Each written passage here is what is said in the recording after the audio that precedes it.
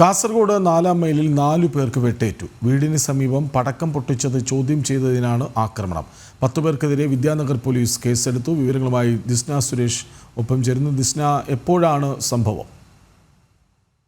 ഇന്നലെ രാത്രി 11 മണിയോടുകൂടിയായിരുന്നു സംഭവം. അയൽവാസിയുടെ വീട്ടിൽ 2 അംഗ സംഘം പടക്കം പൊട്ടിച്ചത് ചോദ്യം ചെയ്തതിനെ തുടർന്നുണ്ടായ തർക്കമാണ് ഇത്തരത്തിലൊരു ആക്രമണത്തിലേക്ക് എത്തിയത് എന്നൊരു വിവരം തന്നെയാണ് നമുക്ക് അറിയാൻ സാധിച്ചിരിക്കുന്നത്. കാസർഗോഡ് 4-ാം മൈലിലാണ് ഇത്തരത്തിലൊരു സംഭവം ഉണ്ടായിരിക്കുന്നത്.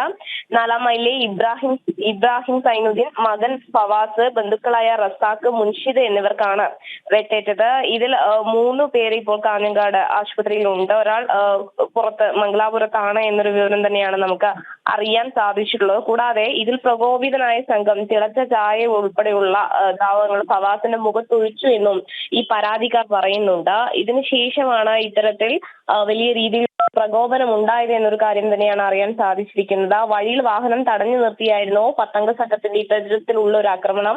ഈ ആക്രമിച്ച സംഘത്തിന് ലഹരി ഉപയോഗം ആ സമയത്ത് ലഹരി ഉപയോഗിച്ചിരുന്നു എന്നൊരു കാര്യവും ഇവർ പറയുന്നുണ്ട്. എന്തായാലും വധശ്രമത്തിനാണ് ഇപ്പോൾ കേസ് എടുത്തിട്ടുള്ളത്. വിദ്യാനഗർ പോലീസാണ് 3 പേരെ നിലവിൽ അറസ്റ്റ് ചെയ്തിട്ടുള്ളത്. കൃഷ്ണരാജ്.